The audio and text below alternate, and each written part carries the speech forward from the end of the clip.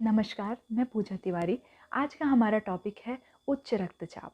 Hypertension क्या है, उनके क्या कारण होते हैं, उसमें किस तरह के लक्षण देखने को मिलते हैं, उसमें क्या-क्या जटिलताएँ होती हैं और उसमें किस तरह के भोज्य पदार्थ को अपने आहार में हमें सम्मिलित करना चाहिए। तो सबसे पहले हम समझते हैं उच्च रक्तचाप। उच्च रक्तचाप को समझने से पहले हम रक्तचाप को समझते हैं कि रक्तचाप क्या होता है। जब हमारे हृदय के द्वारा ब्लड को पंप किया जाता है, तो ब्लड जो होता है वो जिस प्रेशर के साथ ब्लड आर्टरी रक्त धमनियों की दीवार से टकराता है, उस प्रेशर को ही हम ब्लड प्रेशर कहते हैं। अब हम समझते हैं कि हाइपरटेंशन क्या है, उच्च रक्तचाप और निम्न रक्तचाप क्या होते हैं। जब ब्लड रक्त धमनियों की दीवार में तेज गति से टकराता है तो उसे हम उच्च रक्तचाप कहते हैं।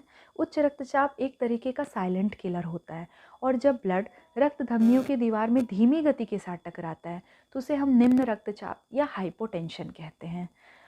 अब सिस्टोलिक और डायसिस्टोलिक क्या होते हैं। सिस्टोलिक, जब हमारा हृदय शरीर में ब्लड फ्लो करने के लिए सिकुड़ता है, उस कंडीशन में उसका प्रेशर बहुत ज़्यादा है होता है और इस प्रेशर के माप को हम सिस्टोलिक कहते हैं।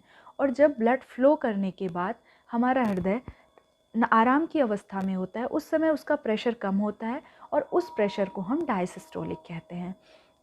ब्लड प्रेशर का जो नॉर्मल वैल्यू होती है वो 120/80 मिलीमीटर मरकरी होती है। प्री हाइपरटेंशन की कंडीशन में सिस्टोलिक प्रेशर जो होता है वो 120 से 129 होता है और डायसिस्टोलिक प्रेशर 80 या उससे ज़्यादा हो सकता है। हाइपरटेंशन स्टेज 1 में सिस्टोलिक प्रेशर 130 से 139 और डायसिस्टोलिक प्रेशर जो होता है वो 80 से 89 के बीच होता है। हाइपरटेंशन स्टेज 2 में सिस्टोलिक प्रेशर 140 से ज़्यादा होता है और डायसिस्टोलिक प्रेशर जो होता है वो 90 या उससे कम हो सकता है। तो 90 से ज़्यादा होगा या 90 से कम होगा। अब इसमें इसके क्या क्या कारण होते हैं, उच्च रक्तचाप के कारण क्या क्या हैं, इसके बारे में हम समझते हैं। तो पहला कारण है पारिवारिक इतिहास। दूसरा है मोटापा। मोटापा जैसा कि आप जानते हैं सभी बीमारियों में एक कॉमन कारण है।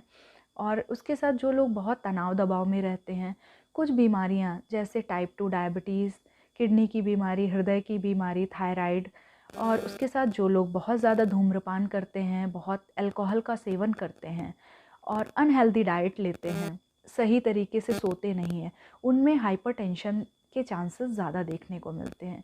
अब इसमें हम जानते हैं कि इसके क्या क्या लक्षण देखने को मिलते हैं हाइपरटेंशन में। सिर में दर्द होना, चक्कर, घबराहट होना, उसके साथ आँखों के सामने अंधेरा छा जाना, सांस लेने में तकलीफ़ होना, पसीना आना, उसके साथ छाती, गर्दन और कान में बहुत तेज़ दर्द होना, उल्टी होना, इस तरह के लक्षण हमको देखने को मिलते हैं। अब हम समझते हैं कि यदि हमने हाइपरटेंशन को कंट्रोल नहीं किया तो क्या-क्या जटिलताएँ होंगी। यदि हमने उच्च रक्तचाप को नियंत्रित नहीं किया तो धीरे-धीरे हृदयाघात, किडनी का ख़राब हो जाना, आँखों की रोशनी का चले जाना, उसके साथ स्ट्रोक, हेमीपेरेसिस, इस तरह की जटिलताएँ देखने को मिलेंगी। अब इसमें हमें हाइपरटेंशन को नियंत्रित करने के लिए किस तरह का आहार अपने डाइट में सम्मिलित करना चाहिए, किस तरह का आहार लेना चाहिए। तो हमें high potassium, high magnesium, high fibre और हाई जिंक और एंटीऑक्सीडेंट और ओमेगा 3 रिच डाइट लेना चाहिए।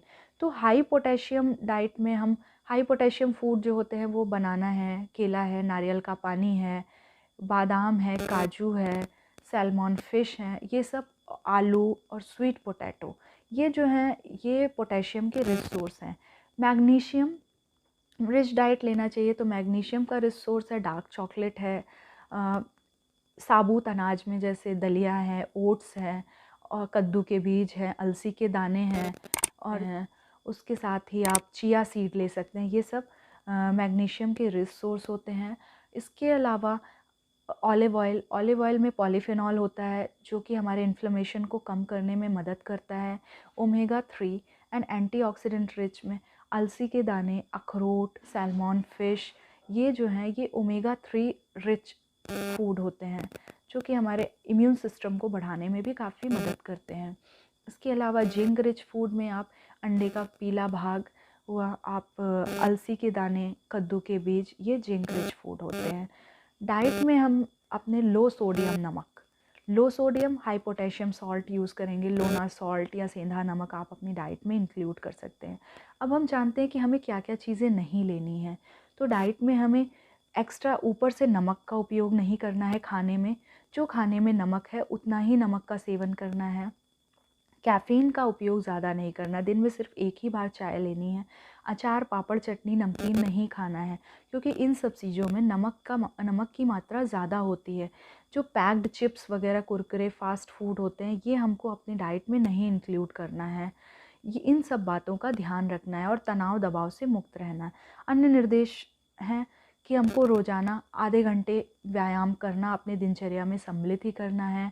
नमक हमको दिन भर में कम से कम 2 ग्राम से ज़्यादा अपने आहार में नमक को सम्मिलित नहीं करना है। उसके साथ ही हमको पानी 2-3 लीटर दिन भर में पानी पीना है। रोज़ाना एक्सरसाइज करना है। उसके साथ ही आपको डाइट थोड़ा-थोड़ा करके कई बार खानी है। हरी सब्जियाँ और हरी सलाद अपनी डाइट में भरपूर मात्रा में लेना है। इन सब चीज़ों का आप अगर ध्यान रखते हैं, तो आप अपने हाइपरटेंशन को, उच्च रक्तचाप को नियंत्रित रख सकते हैं। यदि वीडियो अच्छी लगी हो, तो चैनल को सब्सक्राइब करें, वीडियो को लाइक करें और ज़्यादा से ज़्यादा शेयर करें, ताकि हम और ऐसे इन्फॉर्मेटिव वीडियो आपके लिए ला सकें। धन्यवाद।